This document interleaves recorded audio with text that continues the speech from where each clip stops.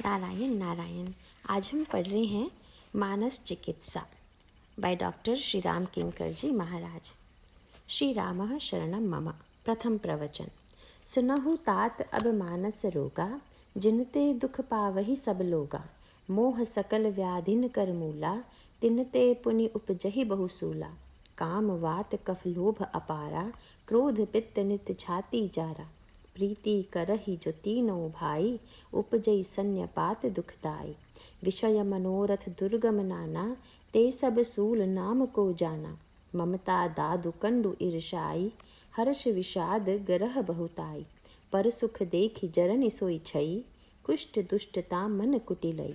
अहंकार अति दुखद डमरुआ, दंभ कपट मदमान नेहुरुआ। तृष्णा उदर वृद्धि अति भारी, त्रिविधि ईशना तरुण तिजारी। जुग विधि ज्वर मत सर अविवेका, कहन लगी कहो कुरोग अनेका। एक व्याधि बस नर मरहि, ए असाधि बहु व्याधि। पीड़ ही संतत जीव कहूँ, सो किमि लहई समाधि। नेम धर्म आचार तप, ज्ञान यज्ञ जप दान। भेषज पुनि कोटिन नहीं, रोग नहीं हरि जान। भगवान श्री राघवेंद्र की असीम अनुकंपा से पुनः इस वर्ष यह सुअवसर प्राप्त हुआ है कि इस पवित्र आश्रम के प्रांगण में एकत्र होकर मानस की कुछ चर्चा की जा सके। प्रतिवर्ष श्री विवेकानंद जी महाराज की जयंती के अवसर पर आदरणीय स्वामी जी महाराज मेरा स्मरण करते हैं और इस अवसर पर यहाँ आकर मुझे बड़ा संतोष मिलता है, प्रसन्नता मिलती है तथा यहाँ के आध्यात्मिक वातावरण से मैं स्वतः बड़ा प्रभावित होता हूँ। इसलिए कितनी भी कठिनाई क्यों ना हो, मैं यही चेष्टा करता हूँ कि यहाँ पर उपस्थित हो सकूँ। आदरणीय स्वामी जी ने इस बार भी स्मरण किया और पुनः हम लोग यहाँ पर एकत्र हुए हैं। प्रसंग के विषय में आप उनके मुख से सुन ही चुके हैं। कई वर्षों से यहाँ सप्त प्रश्नों की चर्चा चलती रही है और उन सप्त प्रश्नों में जो अंतिम प्रश्न मानस रोग को लेकर है, उसकी व्याख्या पिछले वर्ष प्रारंभ हुई थी। वैसे तो मानस रोगों का प्रसंग कोई बहुत सरस प्रसंग नहीं है, वह भावना प्रधान न होकर विचार और विश्लेषण प्रधान है। अतः उसके साथ न्याय करने के लिए कुछ गंभीर रूप से चर्चा करने की आवश्यकता होती है। अभी कुछ महीने पहले जब प्रयाग में कथा का आयोजन किया गया था, उसमें जब मैंने प्रसंग के विषय में जिज्ञासा की तो वहाँ अनुरोध किया गया कि वे मानस रोग की व्याख्या करूं। यह प्रेरणा उन्हें आश्रम के प्रवचनों को टेप रिकॉर्डर से सुनकर मिली थी। इस प्रकार यही प्रसंग यहाँ भी रखा गया। उन्होंने यह अवश्य कहा कि मैं शायद वहाँ पर विषय को कुछ सरल ढंग से रखने की चेष्टा कर रहा हूँ। अतः उन्होंने मुझसे अनुरोध किया कि रायपुर में जिस स्तर पर इसकी व्याख्या की गई है, उसी स्तर पर यहाँ भी प्रस्तुति की जाए। अब यह बात इस स्थान के लिए और आप लोगों की आध्यात्मिक वृत्ति के लिए प्रशंसा सूचक हो सकती है। अतएव मैं आशा करता हूँ कि यदि विषय कुछ नीरस भी हो तो भी उसे आप पूरी एकाग्रता से सुने। सारी रामकथा समाप्त करने के बाद अंत में काकभुशुंडी जी गरुड़ से पूछते हैं कि मैंने आपको आपकी जिज्ञासा के उत्तर में रामकथा सुनाई, क्या आप कुछ और भी सुनना चाहते हैं? और तब जो कुछ होता है वह बड़ी विचित्र सी बात प्रतीत होती है। वैसे साधारणतया भोजन के विषय में यह प्रसिद्ध है कि उसके अंत में लोग बहुधा मीठी वस्तु लेते हैं। प्रसिद्ध वाक्य भी है, मधुरेण समापयेत। इस दृष्टि से देखें तो रामकथा से बढ़कर कोई मधुर वस्तु हो ही नहीं सकती। अतः रामकथा से ही यदि रामचरितमानस की समाप्ति हुई होती तो यही लगता कि मधुरेण समापयेत की परंपरा की रक्षा करते हुए ही मीठी रामकथा से इसे समाप्त किया गया है। लेकिन ऐसा नहीं है। रामकथा सुनने के बाद भी गरुड़ के मन में कुछ जिज्ञासा शेष थी। उनमें कुछ जानने की इच्छा थी और उनकी वही जिज्ञासा सप्त प्रश्नों के रूप में हमारे सामने आती है। इनमें से अंतिम प्रश्न में उन्होंने मानस रोग के संदर्भ में प्रश्न किया। वे जानना चाहते थे कि मानस रोगों का स्वरूप क्या है। अब रोग तो कोई ऐसी वस्तु है नहीं जो किसी को प्रिय लगे। रोगी की स्थिति भी प्रेरक नहीं होती है, वह तो पीड़ा से, अस्वस्थता से कराह रहा होता है। तो गरुड़ जी के अनुरोध से काकभुशुंडी जी मानस रोगों का विश्लेषण तो करते ही हैं, पर उसी से वे राम कथा की समाप्ति नहीं करते, अपितु मानस रोगों की औषध का भी वर्णन करते हैं और उसके पश्चात राम कथा समाप्त होती है। इसका तात्पर्य यह है कि राम कथा में अनेक गुण विद्यमान हैं, पर वस्तुतः राम कथा का उद्देश्य क्या है? वैसे तो मनोरंजन की दृष्टि से भी राम कथा कही और सुनी जाती है। अगर अन्य मनोरंजनों के स्थान पर हम राम कथा से मनोरंजन प्राप्त करते हैं तो यह कोई निंदा की नहीं, प्रशंसा की ही बात है। गोस्वामी जी स्वयं स्वीकार करते हैं कि एक विषयी व्यक्ति जब राम कथा को सुनता है तो विष्णु कह पुनि हरि गुण ग्रामा श्रवण सुखद अरुमन अभिरामा, उसके कानों को यह बड़ी प्रिय लगती है, उसके मन को सुख प्राप्त होता है। लेकिन राम कथा का उद्देश्य केवल मन तक ही सीमित नहीं है। उसे हम यूँ कह सकते हैं कि सुनने के मुख्य रूप से 3 माध्यम हैं, मन, बुद्धि और चित्त। फिर संसार में व्यक्ति भी 3 प्रकार के होते हैं, विषय, साधक, सिद्ध, सयाने, त्रिविध जीव जग वेद बखाने। विषय, साधक और सिद्ध। विषय मुख्य रूप से मन के माध्यम से सुनता है, पर साधक केवल मन का ही प्रयोग नहीं करता, अपितु उसके साथ साथ अपनी बुद्धि के माध्यम से राम कथा को ग्रहण करता है।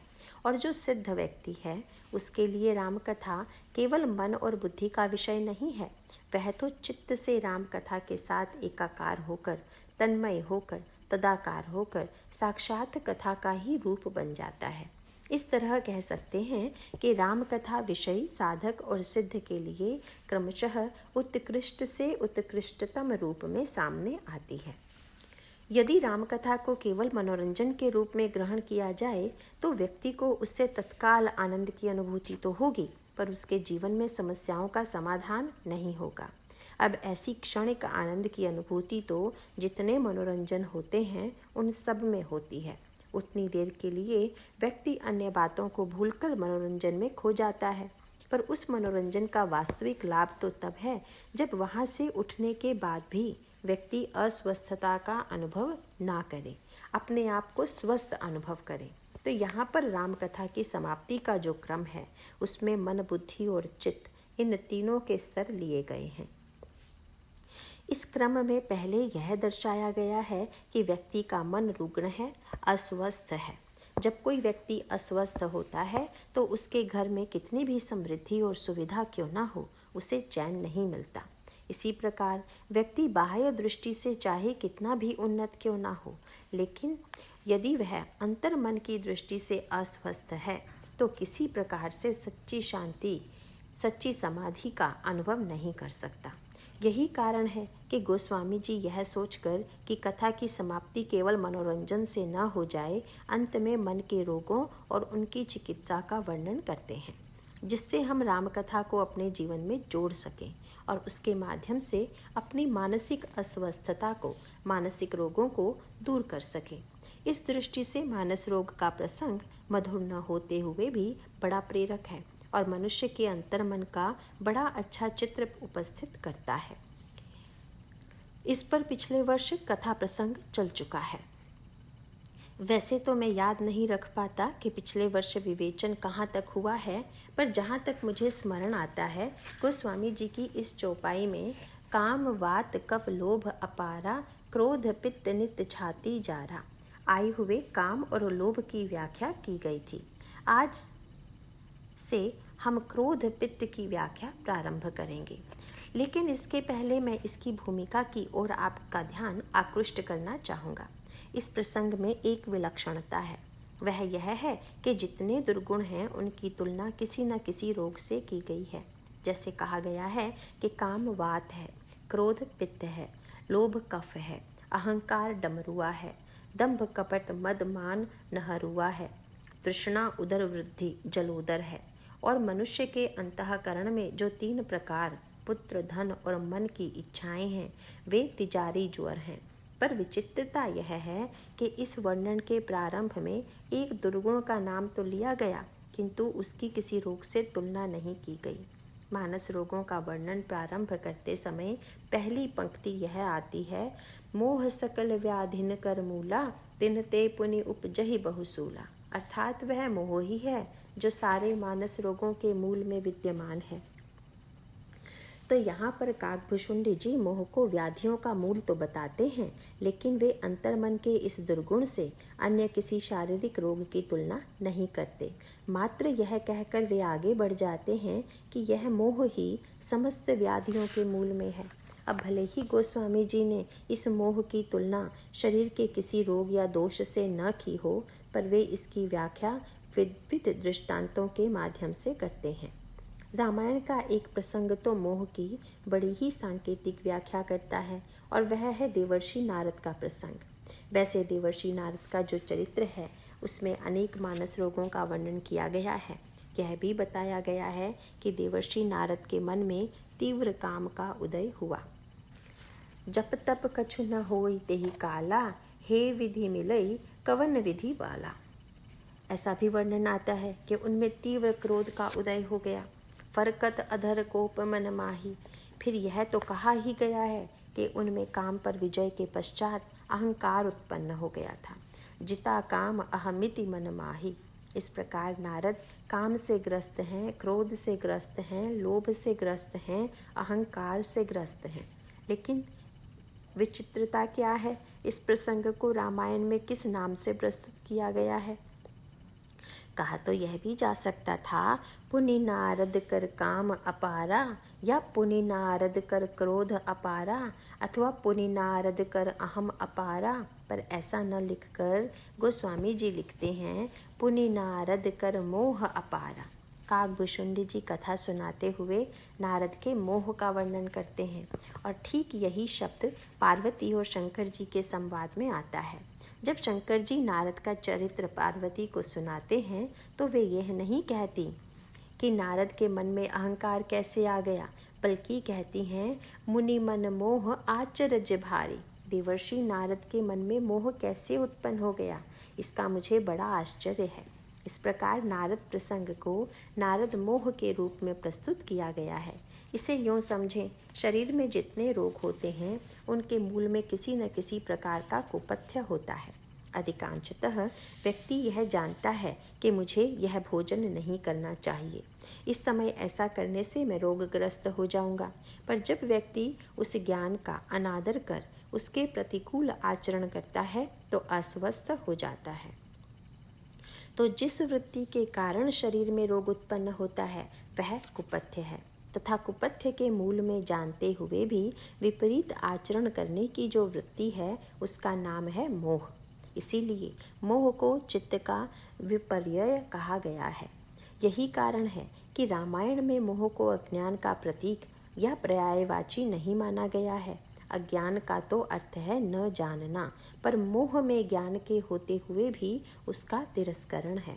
तो मोह को समझाने के लिए नारद जी का प्रसंग लिया गया, क्योंकि नारद जी से अधिक जानने वाला, उनसे बढ़कर आध्यात्मिक सत्य को समझने वाला और कौन हो सकता था। किसी ने मुझसे कहा, नारद को जब अहंकार हो गया तो भगवान भाषण दे देते कि अहंकार कितना बुरा है, और यह कह देते कि नारद तुम्हें अहंकार नहीं करना चाहिए। इस पर मैंने कहा, भाई जो न जाने उसके सामने भाषण देने में कुछ सार्थकता है। क्या नारद को यह पता नहीं कि अहंकार में कितनी बुराई है? क्या भगवान कहेंगे तभी नारद को यह समझ में आएगा कि अहंकार करना बुरा है? नारद यह सब जानते हैं, इसीलिए भगवान ने नारद को समझाने की चेष्टा नहीं की, क्योंकि वे जानते हैं कि शंकर जी द्वारा नारद को समझाकर उनके अंतर्मन की बुराइयों को दूर करने की चेष्टा की जा चुकी है, पर उससे कोई लाभ नहीं हुआ। भगवान विष्णु ने समझ लिया कि केवल वाणी के द्वारा, प्रवचन के द्वारा, विश्लेषण के द्वारा उनके अंतर्मन की समस्याओं का समाधान नहीं किया जा सकता। पहली बात देखिए, कोई व्यक्ति यह नहीं कहता कि मैं बीमार पड़ूं। प्रत्येक व्यक्ति स्वस्थता चाहता है। जैसे वह शरीर की स्वस्थता चाहता है वैसे ही मन की भी, पर न चाहते हुए भी वह अस्वस्थ हो जाता है। इसका कारण क्या है? भगवान श्री कृष्ण गीता में एक भिन्न रूप में इसका कारण प्रस्तुत करते हैं।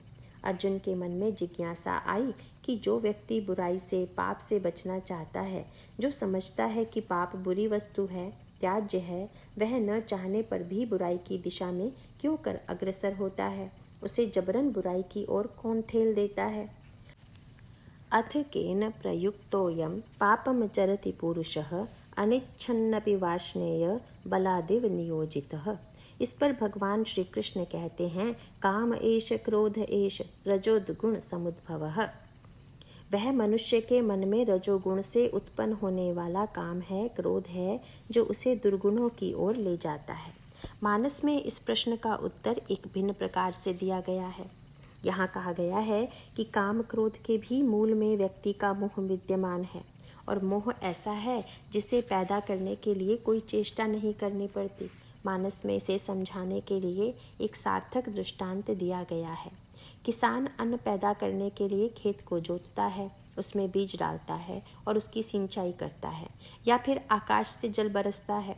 किसान अपनी इस क्रिया के द्वारा खेत से अन्न ही लेना चाहता है, पर उसका प्रतिवर्ष का अनुभव यह बताता है कि वह कितना भी बढ़िया खेत क्यों न जोते और उसमें कितने ही उत्तम बीज क्यों न डाले, अन्न के पौधे उगने के साथ साथ वहाँ घास के पौधे भी उगाते हैं। अब कोई किसान घास की खेती थोड़ी ही करता है। कोई नहीं चाहता कि मेरे खेत में घास पैदा हो, वह तो धान या गेहूं ही चाहता है। लेकिन विचित्र बात यह है कि जिस जल के द्वारा वांछित अन्न बढ़ता है, उसी जल के द्वारा उस पृथ्वी में अवांछित घास भी बढ़ती है। अन्न तो किसान ने ऊपर से डाला, फिर घास कहाँ से आ गई? इसका उत्तर यह है कि घास पहले से ही पृथ्वी में बीज के रूप में विद्यमान है। यही स्थिति हमारे आपके अंतःकरण की है।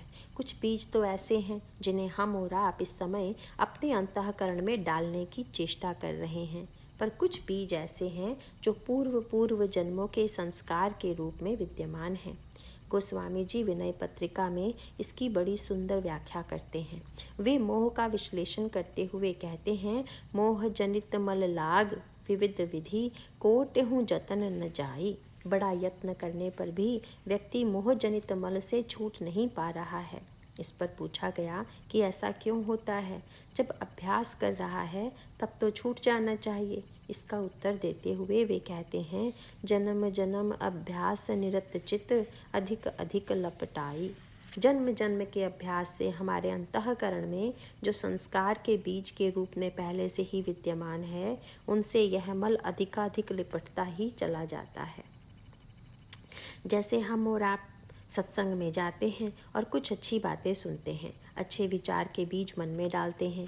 ये बीज अंतःकरण में अच्छे संस्कार के रूप में प्रकट होते हैं, लेकिन इनके साथ ही जन्म जन्मांतरों के बुरे विचारों के बीज भी वहाँ छिपे हुए हैं, और वे भी अवसर मिलते ही अनजाने में प्रकट हो जाते हैं।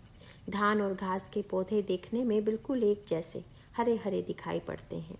इसीलिए घास निकालने वाले को यह सावधानी रखनी पड़ती है कि कहीं धान का पौधा न उखड़ जाए, और यह भी कि धान की आड़ में कोई घास का पौधा छिपा न रह जाए। अब यह तो सबसे बड़ा कठिन कार्य है। मानस में जो निराना शब्द आया है, उसका यही अर्थ होता है। भगवान राम लक्ष्मण से कहते हैं कि साधक यदि सावधान न हो तो उसके अंतःकरण में सद्विचारों के बीज के साथ साथ घास फूस भी अंकुरित हो जाता है। अब यदि किसी खेत में घास बहुत अधिक मात्रा में उपज जाए तो वह खाद और जल का अपनी बढ़त के लिए उपयोग कर धान की जीवनी शक्ति का ही शोषण कर लेगी। परिणाम यह होगा कि या तो धान उपजेगा ही नहीं, या फिर नाम मात्र को उपजेगा। उसकी सारी शक्ति घास को मिल जाएगी। आलसी और निष्क्रिय किसान सोचता है कि कौन इतना परिश्रम करे, पर चतुर किसान घास को निकालने के लिए डट जाता है। वह अपने इस काम के लिए कोई फावड़ा या बड़ा अस्त्र नहीं लेता। वह तो नन्ही सी खुरपी लेकर एक एक पौधे के आसपास बड़े ध्यान से देखता हुआ घास और धान का भेद करता है और घास को काटता चलता है। इसको निराना कहते हैं। भगवान राम कहते हैं कि लक्ष्मण, इसी प्रकार साधक जब अपने जीवन में सत्कर्म की खेती करता है, तब उसके बगल में पूर्व जन्मों के उसके अंतःकरण में छिपे हुए संस्कार भी अंकुरित हो जाते हैं। ऐसी परिस्थिति में उसकी सावधानी यह होनी चाहिए कि वह बुरे संस्कारों के पौधों को खुरपी से उसी प्रकार निराते हुए चले जैसे विद्वान लोग मोह मद और मान का त्याग कर देते हैं। कृषि निरावहि चतुर किसाना, जिमि बुध तजहि मोह मद माना। यह मोह मद मान ऐसा है जिसका बीज इस जन्म में न डालने पर भी वह पूर्व पूर्व जन्मों के संचित संस्कारों के फलस्वरूप अंकुरित होता रहता है। ऐसी परिस्थिति में सजग रहकर देखना पड़ेगा कि जो धान है वह तो सत्संग के जल से वृद्धिगत हो, पर उसके साथ उसकी बगल में उगने वाली घास काट ली जाए। नारद जी के चरित्र में हम देखते हैं कि बीज तो उन्होंने बहुत बढ़िया डाला और खेती हरी भरी हो गई, पर उन्होंने जो नहीं उपजाना चाहा था वह भी उपज आया, किंतु वे उसे काटने की चेष्टा नहीं करते। तब भगवान सोचते हैं कि ये तो इतने निष्क्रिय हो गए हैं कि मुझे ही कटाई निराई करनी पड़ेगी, भले ही इनको कष्ट हो। यही नारद जी के चरित्र की विडंबना है। पुराणों में उनके अनगिनत जन्मों का प्रसंग आता है। उन्होंने जीवन का अनेक रूपों में अनुभव किया है और वे अनुभव उनके अंतर्मन में कहीं न कहीं संस्कार के रूप में विद्यमान हैं। हम मानस में पढ़ते हैं कि नारद हिमालय की उपत्यका में जाते हैं और जब वहाँ का वातावरण देखते हैं कि झरना झर रहा है, बड़ी सुंदर सुशीतल वायु बह रही है, चारों तरफ हरियाली है, तो उन्हें लगता है कि वह भगवान का ध्यान करने के लिए बड़ा अनुकूल है। वे वहाँ की एक गुहा में बैठकर ध्यान में तल्लीन हो जाते हैं। हिमगिरी गुहा एक अति पावनी, बह समीप सुरसरी सुहावनी, आश्रम परम पुनीत सुहावा, देखी देव ऋषि अति मन भावा, निरखी शैल सरि विपिन विभागा, भयउ रमापति पद अनुरागा। आप यह जानते होंगे कि नारद को दक्ष प्रजापति ने शाप दिया था कि तुम 2 घड़ी से अधिक कहीं नहीं ठहर पाओगे। ब्रह्मा ने दक्ष को सृष्टि का विस्तार करने की आज्ञा दी थी। दक्ष के पुत्र जब कुछ बड़े होते तब नारद वहां पहुंच जाते और उनको ऐसा सत्संग प्रदान करते कि वे लोग घर बार छोड़कर वन में चले जाते थे। दक्ष ने जब देखा कि यह तो बार बार मेरी चेष्टा विफल कर रहा है, तब एक दिन बिगड़कर नारद से कहा, तुम लड़कों को बिगाड़ते हो, इसलिए तुम्हारा कहीं पर बहुत देर तक रहना बड़ा घातक है। अतएव मैं तुम्हें शाप देता हूँ कि तुम अधिक देर कहीं ठहर नहीं पाओगे। इस शाप से नारद की कोई हानि नहीं हुई, बल्कि लाभ ही हुआ, क्योंकि घूमते रहने से अधिकाधिक लोगों की समस्याओं से उनका परिचय होता गया और वे उनके दुखों को दूर करने में प्रयत्नशील होते रहे। पर आज उनके अंतःकरण में अंतर्मुखता की वृत्ति आ गई है और वे बैठकर ध्यान में लीन हो गए। फलस्वरूप प्रजापति का शाप व्यर्थ चला गया, क्योंकि शाप तो तब कार्य करता जब नारद देश और काल की सीमा में होते। वे तो ध्यान में बैठकर देश काल और व्यक्तित्व की सीमा से ऊपर उठ गए थे। इसका अर्थ यह है कि यदि ध्यान में बैठने पर भी यह याद बनी रहे कि मैं कहाँ बैठा हूँ, कितना समय हुआ है, मैं कौन हूँ, तो समझ लेना चाहिए कि ध्यान बिल्कुल अधूरा है। उदाहरणार्थ, जब यह कहते हैं कि ध्यान कीजिए कि अयोध्या नगर में सरयू बह रही है, सरयू जी के किनारे एक कल्पतरु है, कल्पतरु के नीचे एक सिंहासन है और उस सिंहासन पर भगवान राम और सीता बैठे हुए हैं, तब यदि व्यक्ति देश के प्रति सजग होगा तो उसे लगेगा कि नहीं, मैं तो इस शहर में ही बैठा हुआ हूँ। वह अयोध्या या वृंदावन या उस देश की भावना नहीं कर पाएगा जहाँ का वह ध्यान करना चाहता है। फलस्वरूप उनमें तन्मयता नहीं आ पाएगी। इसी प्रकार जब काल का चिंतन करेगा तब भी उसे दूरी की अनुभूति होगी। उसे लगेगा कि भगवान का अवतार तो कितना पहले हुआ था, अतः हमारे और उनके काल में बड़ी दूरी है। अब राम भला कहाँ है, कृष्ण कहाँ है? इसका परिणाम यह होगा कि उसको सच्चा ध्यान नहीं लग पाएगा। इसी प्रकार सच्चे ध्यान के लिए व्यक्तित्व की सीमा को भी लांघना पड़ता है। जैसे भगवान का ध्यान करता हुआ व्यक्ति अपने आप को कुछ न कुछ करता हुआ पाता है। भक्त ध्यान करता हुआ देखता है कि वह माला गूंथकर भगवान को पहना रहा है। अब वह अपने आप को जिस शरीर से माला पहनाता हुआ देखता है वह स्थूल शरीर तो है नहीं, वह तो उसका भावनात्मक शरीर है। ऐसी स्थिति में अगर उसका स्थूल शरीर ही उसके चिंतन में आता रहा तो वह सच्ची तन्मयता प्राप्त नहीं कर सकेगा।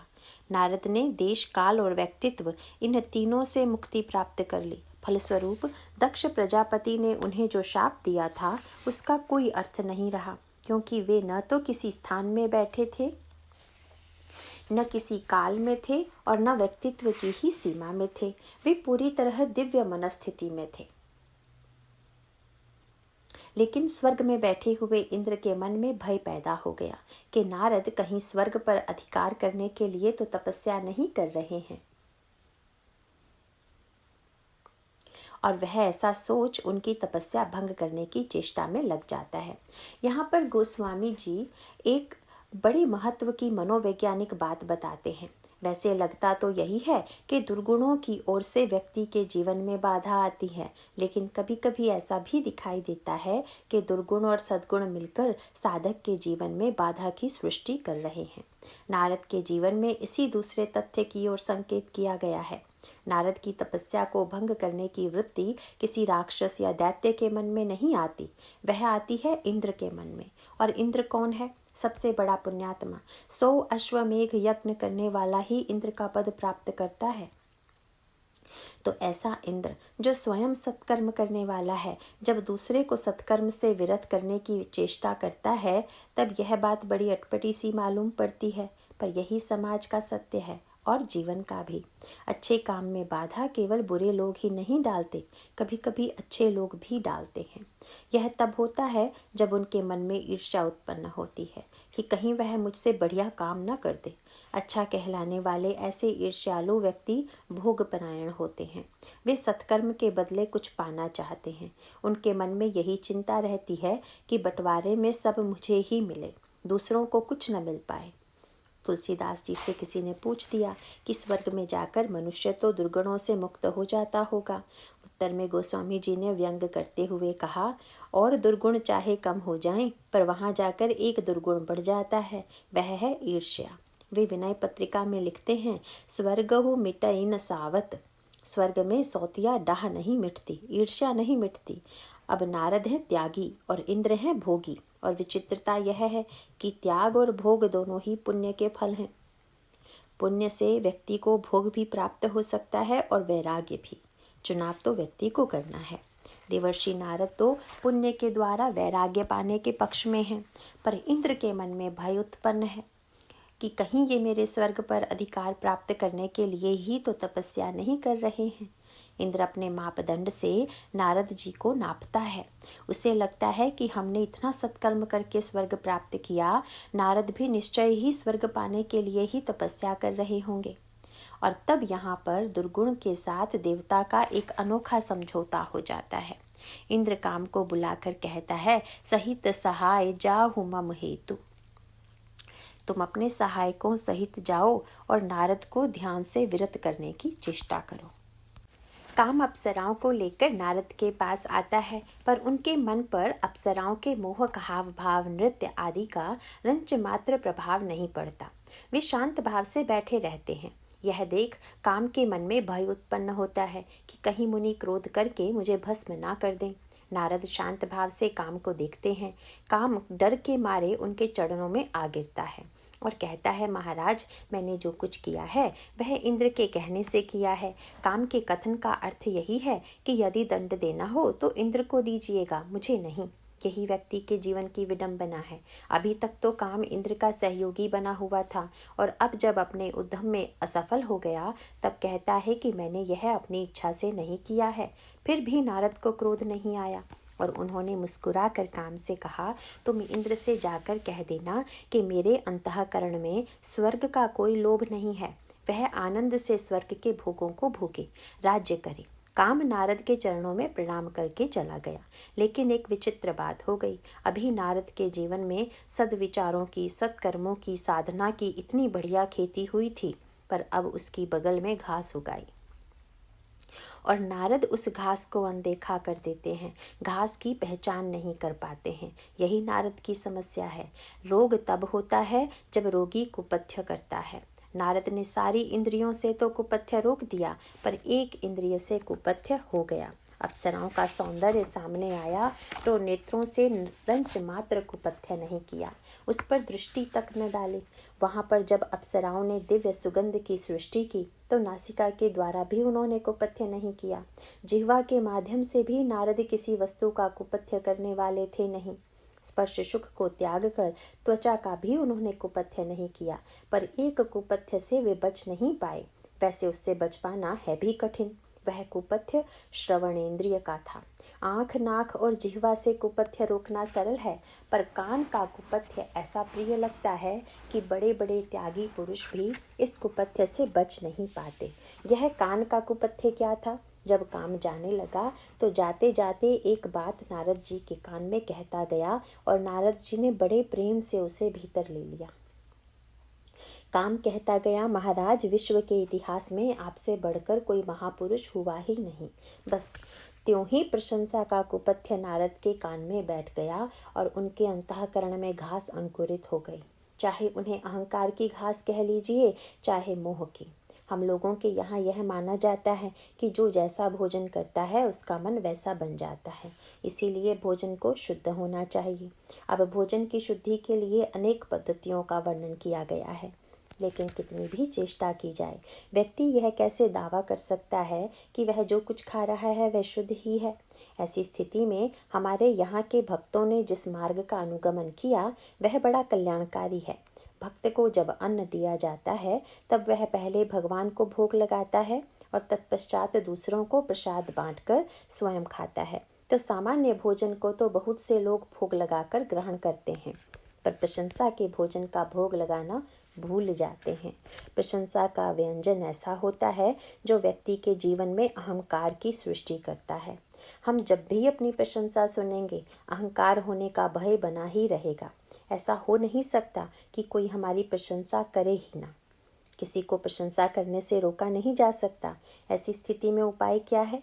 यही कि उस प्रशंसा को भगवान को समर्पित कर दिया जाए और उसे बांट दिया जाए। जब भी कानों में प्रशंसा आवे, उसे तुरंत भगवान को निवेदित कर दें। नारद ने भी ऐसा ही किया, लेकिन बहुत देर बाद। नियम यह है कि पहले भोग लगा लें तब भोजन करें, पर नारद जी तो पहले भोजन कर लेते हैं और बाद में जब थोड़ी सी जूठन बच जाती है तब भगवान को भोग लगाते हैं। वे क्रम को उलट देते हैं। रामायण में जो चतुर पात्र हैं उनको यदि प्रशंसा परोसी जाए तो वे तुरंत भगवान को परोस देते हैं। भगवान ने भरत जी के सामने प्रशंसा की लंबी थाल परोस दी। बोले, तीनी काल त्रिभुवन मत मोरे, पुण्य से लोक तात तर तोरे, उर आनत तुम पर कुटिलाई, जाई लोकु पर लोकु नसाई। मिटहि पाप प्रपंच सब, अखिल अमंगल भार, लोक सुजसु पर लोक सुखु, सुमिरत नाम तुम्हार। कितना बड़ा था प्रशंसा का व्यंजन, और परोसने वाले थे साक्षात भगवान।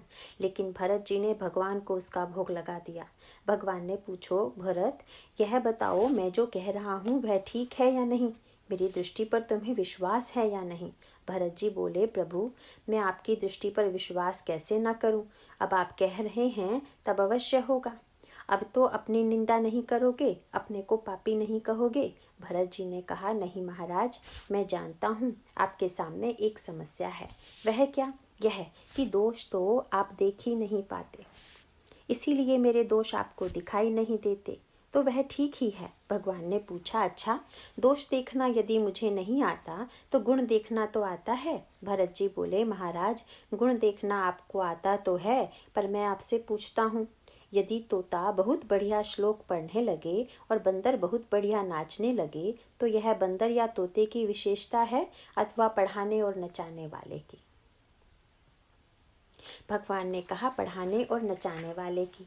महाराज, बिल्कुल ठीक कहा आपने। मैं तो तोते और बंदर की तरह हूँ। यदि मुझ में कोई विशेषता दिखाई देती है तो पढ़ाने और नचाने वाले तो आप ही हैं, इसीलिए यह प्रशंसा आपको ही अर्पित है। भगवान ने भरत से कहा, भरत, तो प्रशंसा तुमने लौटा दी। भरत जी बोले, प्रभु, प्रशंसा का कुपथ्य सब में अजीर्ण पैदा कर देता है, सबको डमरुआ रोग से ग्रस्त कर देता है। लेकिन आप इस प्रशंसा को पचाने में बड़े निपुण हैं। अनादिकाल से सारे भक्त आपकी स्तुति कर रहे हैं, पर आपको तो कभी अहंकार हुआ नहीं। ऐसी स्थिति में यह प्रशंसा आपको ही निवेदित है।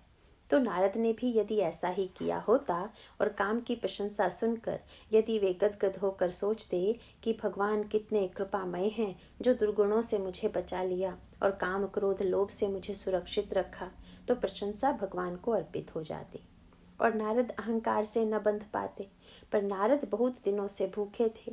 जैसे सभी इंद्रियों की अपनी भूख होती है, वैसे ही कान की भी तो भूख होती है।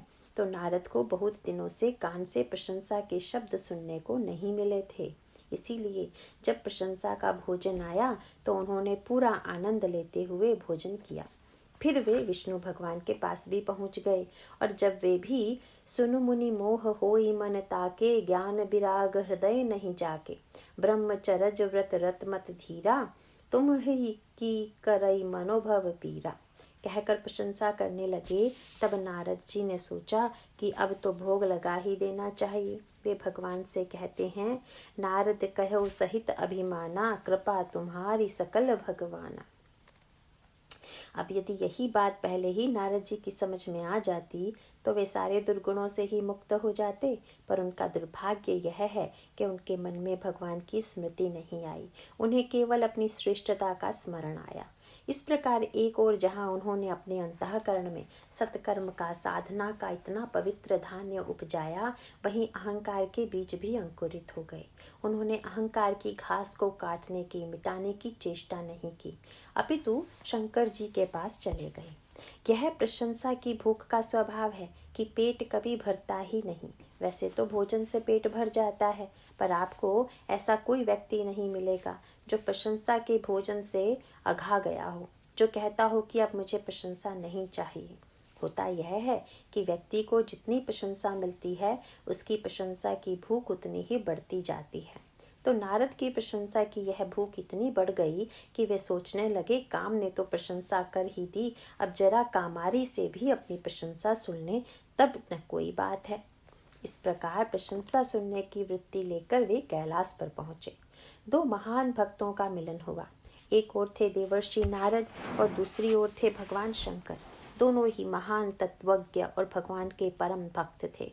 यदि उनमें राम कथा छिड़ जाती तो आनंद बरस पड़ता। लेकिन आज नारद भगवान का चरित्र सुनने की मुद्रा में नहीं थे। उन्होंने शंकर जी से कहा कि आज तक तो आपको मैं अपनी पुरानी कथा सुनाता आ रहा हूँ, पर आज एक नई कथा सुनाने जा रहा हूँ। नारद का संकेत यह है कि भगवान का चरित्र तो वही पुराना है, पर इस बार वे अपना चरित्र सुनाने जा रहे हैं जिसमें नवीनता है। उन्होंने शंकर जी को सारी घटना सुनाई कि कैसे काम ने उन पर आक्रमण किया और कैसे अप्सराएं उनके सामने नृत्य करने लगी। इस वर्णन का एक सांकेतिक तात्पर्य है। वह यह है कि जब नारद वर्णन करने लगे तब उनके मानस नेत्रों के सामने वे दृश्य फिर से आकर खड़े हो गए कि कैसे अप्सराएं आई और कैसे उन्होंने नृत्य किया। इसका अभिप्राय यह है कि बाहर से अप्सरा रूप विषयों का त्याग कर देने पर भी अंतःकरण में संस्कार के रूप में उनका सौंदर्य, उनका नृत्य, उनका आकर्षण बना हुआ है। उस समय अप्सराओं ने उन्हें व्यामोह में भले ही न डाला हो, पर वे उन्हें भूल नहीं पाए हैं और वे सारे दृश्य उनके मन में ज्यों के त्यों विद्यमान हैं। राम का उन्होंने इतनी देर जो ध्यान किया वह तो उन्हें बिसर गया, पर काम का ध्यान बना रहा। इस प्रकार नारद रस लेकर काम की, अप्सराओं की, उनके श्रृंगार की और उन पर विजय पाने की पूरी गाथा शंकर जी को सुना देते हैं। अधिकांशतः बहुत से वक्ता अपनी बात सुनाने के बाद अंत में अपने पास वाले से पूछते हैं, क्यों, कैसा रहा, जमा के नहीं। यह भी कान की भूख है कि कोई कहे कि बहुत अच्छा हुआ। नारद जी भी भूख से प्रेरित होकर शंकर जी की ओर देखते हैं, मानो पूछना चाहते हैं कि कथा अच्छी लगी या नहीं। यह देखकर शंकर जी के मन में बड़ी दया हो आई कि नारद रोगी हो गए। यदि कोई अज्ञानी व्यक्ति अहंकारी हो जाए तब तो उसको बताया भी जाए कि अहंकार का त्याग करो, परंतु जो व्यक्ति जानता है कि अहंकार जीवन में सबसे बुरी वस्तु है, अतः कभी अहंकार नहीं करना चाहिए, वही यदि आज अभिमान करके भगवान को भुलाकर अपना चरित्र सुनावे तो दया का ही पात्र हो सकता है। भगवान शंकर विनम्र शब्दों में कहते हैं, बार बार बिनवऊं मुनि तो ही। मैं आपको बार बार प्रणाम करता हूँ। पहला वाक्य सुनकर नारद बड़े प्रसन्न हुए कि शंकर जी मेरी स्तुति कर रहे हैं, बार बार मुझसे विनय कर रहे हैं। पर अगले ही वाक्य में शंकर जी ने अपना क्षोभ प्रकट कर दिया और यह क्षोभ बड़ा कठोर था। जिमि यह कथा सुनायहु मोही, तिमि जनि हर ही सुनावहु कबहु। अब इससे बढ़कर कथा की बुरी आलोचना हो ही नहीं सकती कि कोई कह दे यह कथा अब कभी मत सुनाइए, वह सुनने योग्य नहीं है। भगवान शंकर की बात से नारद जी को ऐसा लगा कि उन्हें मुझसे ईर्ष्या हो गई है।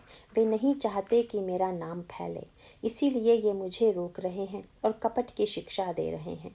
भगवान के सामने सरल बनना चाहिए या कि कपट करना चाहिए? भक्ति का लक्षण ही है छल रहित बनना। नवम सरल सब सन छल ही ना। लेकिन इधर शंकर जी कहते हैं, चले हूँ प्रसंग दुराय हूँ तब हूँ। अगर भगवान पूछें तो भी प्रसंग छिपा लीजिए। नारद भक्ति भाव भूल गए। बस यही मानस रोगों के संदर्भ में एक विडंबना है। इसकी चर्चा मैं पहले भी कर चुका हूँ। संक्षिप्त में इसे यूँ कह लीजिए कि शरीर के रोगों के संबंध में तो व्यक्ति अपने रोग को स्वीकार कर अपने को रोगी मानता है, लेकिन मन के रोगों के संबंध में सिद्धांत बिल्कुल उल्टा है। मन का रोगी अपने को रोगी न मान सामने वाले को ही रोगी मानता है।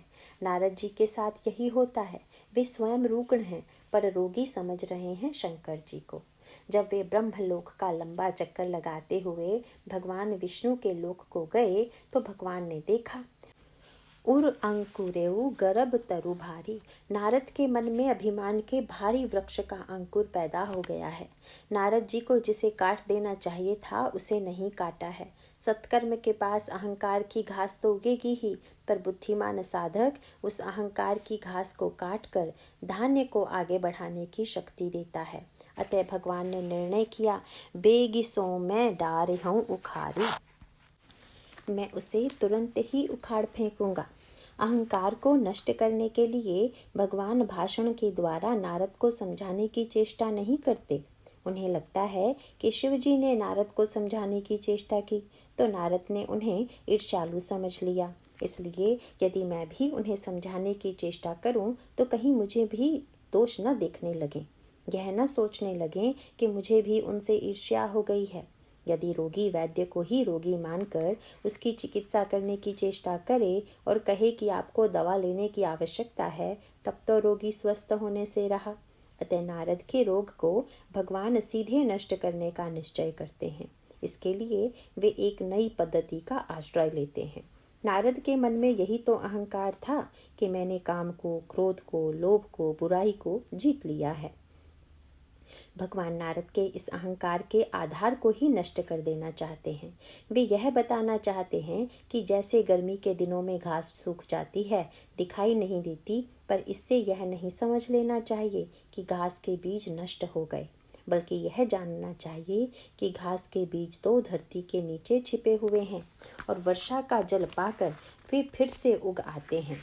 उसी प्रकार नारद, तुमने जिन दुर्गुणों को जीतने का दावा किया है उन सब के बीज तुम्हारे अंतःकरण में विद्यमान हैं, इसलिए समय पाकर वे फिर से उभर सकते हैं। इसे प्रत्यक्ष कराने के लिए भगवान ने एक कौतुक किया। जब देवर्षि नारद चलने लगे तो भगवान ने अपनी माया को प्रेरित किया। श्रीपति निज माया तब प्रेरी। रामचरितमानस के उत्तरकांड में कहा गया है कि सारे दुर्गुणों के मूल में माया है। माया से मोह पैदा होता है और मोह से मनुष्य के अंतःकरण में सारे दुर्गुणों की सृष्टि होती है।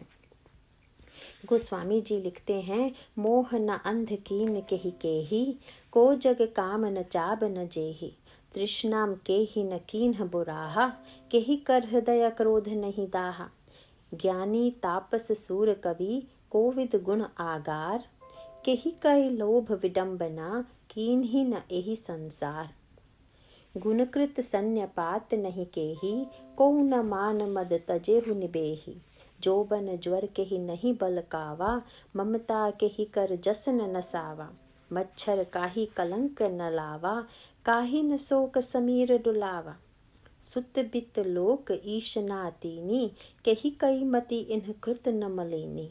सुनने वाला तो घबरा गया कि वर्णन का अंत ही नहीं हो रहा है। पूछ उठा, महाराज इन दुर्गुणों की संख्या और कितनी है? गोस्वामी जी बोले, यह सब माया कर परिवारा, प्रबल अमिति को बर नहीं पारा। अरे यह सब माया का बड़ा बलवान परिवार है, यह अपार है, इसका वर्णन कौन कर सकता है। यह कह साथ में यह भी जोड़ दिया, शिव चतुरानन जाहि डेराही, अपर जीव के ही लेखे माही। इस माया से शिवजी और ब्रह्मा जी डरते हैं, तब दूसरे जीव भला किस गिनती में हैं। इस घटना के माध्यम से भगवान बस यही दिखाना चाहते हैं कि जब नारद जैसे व्यक्ति के अंतःकरण में अहंकार का उदय हो सकता है, तो कोई भी व्यक्ति जो सावधान नहीं रहेगा और अहंकार को नष्ट करने का दृढ़ निश्चय नहीं होगा, निश्चित रूप से अहंकार ग्रस्त हो जाएगा। तो भगवान अपनी माया को प्रेरित कर एक नगर की रचना करते हैं। बिरचऊ मगमहु नगर तेहि सत जो जन विस्तार, श्रीनिवासपुर ते अधिक रचना विविध प्रकार। भगवान की वह माया बैकुंठ से भी अधिक सुंदर एक चित्र विचित्र नगर की सृष्टि करती है। एक और लक्ष्मी है जो भक्ति रूपा है, और दूसरी ओर माया है जिसके द्वारा दुर्गुणों की सृष्टि होकर व्यक्ति भ्रमित होता है। माया की वृत्ति के कारण मनुष्य के अंतःकरण में मोह उत्पन्न होता है और उसका सारा ज्ञान विस्मृत हो जाता है। नारद के साथ यही हुआ, और वे यह भी तो सोच सकते थे कि जब मैं जा रहा था तब रास्ते में यह नगर तो था नहीं, अब आते समय कहाँ से आ गया। लेकिन इस बात पर उनकी दृष्टि ही नहीं गई। जो नहीं था यदि वह दिखाई दे तो समझ लेना चाहिए कि वह जादू का ही खेल है, और जादू के खेल को बस देखना ही चाहिए। जादूगर के हाथ में मिठाई देखकर यदि कोई लपक कर खा लेने की इच्छा करे तो उसमें खतरा है। तो नारद यदि देखते कि यह भी कोई जादूगरी का खेल, माया का खेल है, तो बच जाते, लेकिन वे ऐसा नहीं देख पाते। उन्हें वह नगर बड़ा आकर्षक प्रतीत होता है और वे उसे देखने के लिए आगे बढ़ जाते हैं। उनके चित्त में विपर्यय उपस्थित होता है। नगर के शीलनधी नाम के राजा ने आकर उन्हें प्रणाम किया और अपनी कन्या को बुलवाया। कन्या का नाम है विश्वमोहिनी। गोस्वामी जी विनय पत्रिका में सूत्र देते हैं कि माया तो विश्व को सम्मोहित ही करती है, और यह मोह जनित मल करोड़ों उपाय से भी नहीं छूटता। मोह जनित मल लाग विविध विधि कोटिहु जतन न जाई।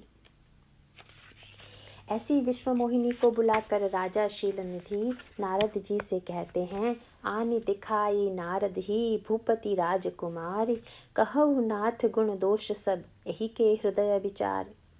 हे नाथ, आप अपने हृदय में विचार कर इसके सब गुण दोष कहिए।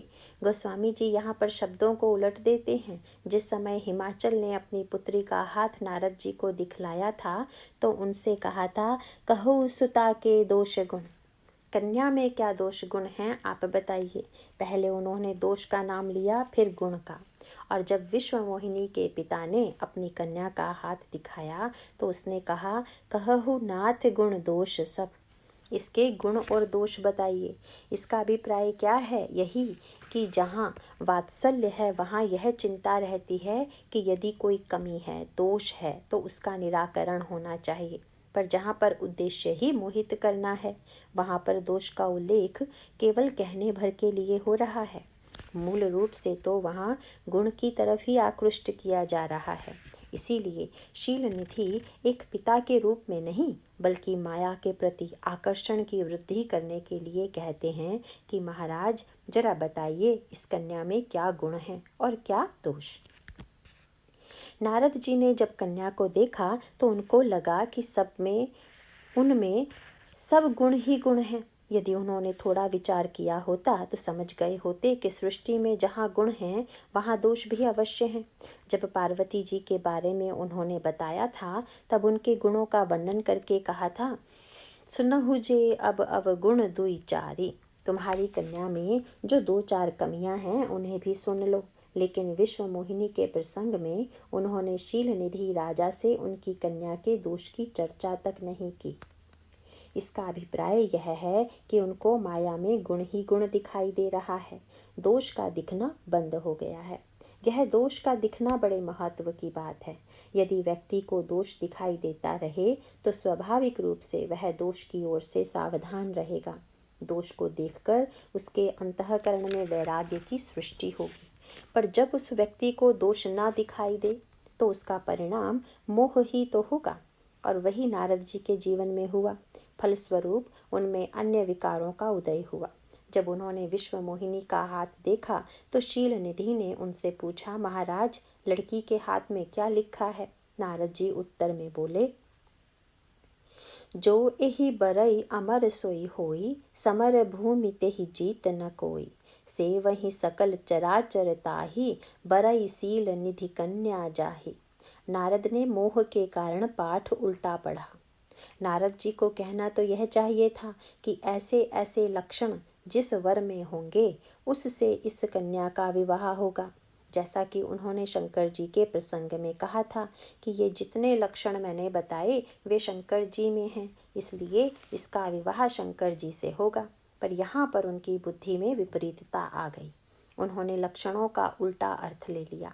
जो एहि बरई अमर सोई होई का अर्थ उन्होंने यह लगाया कि जो इस कन्या से विवाह करेगा उसमें अमरता आदि के गुण आ जाएंगे, अर्थात पहले तो वह मरण धर्मा ही होगा, पर जब इस कन्या से उसका विवाह हो जाएगा तो अमर हो जाएगा। तात्पर्य यह है कि पहले तो लोग उसको कुछ नहीं मानते रहेंगे, पर विवाह के बाद उसकी पूजा करने लगेंगे। अभिप्राय यह है कि जो कुछ मिलेगा वह माया की कृपा से माया के द्वारा मिलेगा। देवर्षि नारद के जीवन में माया की यही विकटता दिख पड़ती है। जैसे स्वभावतः नारद बड़े सत्यवादी हैं, यदि उनसे कोई पूछे कि सबसे बड़ा पाप क्या है तो वे यही कहेंगे कि नहीं असत्य सम पातक पुंजा, गिरि सम होई कि कोटिक गुंजा। असत्य से बढ़कर कोई पाप नहीं है।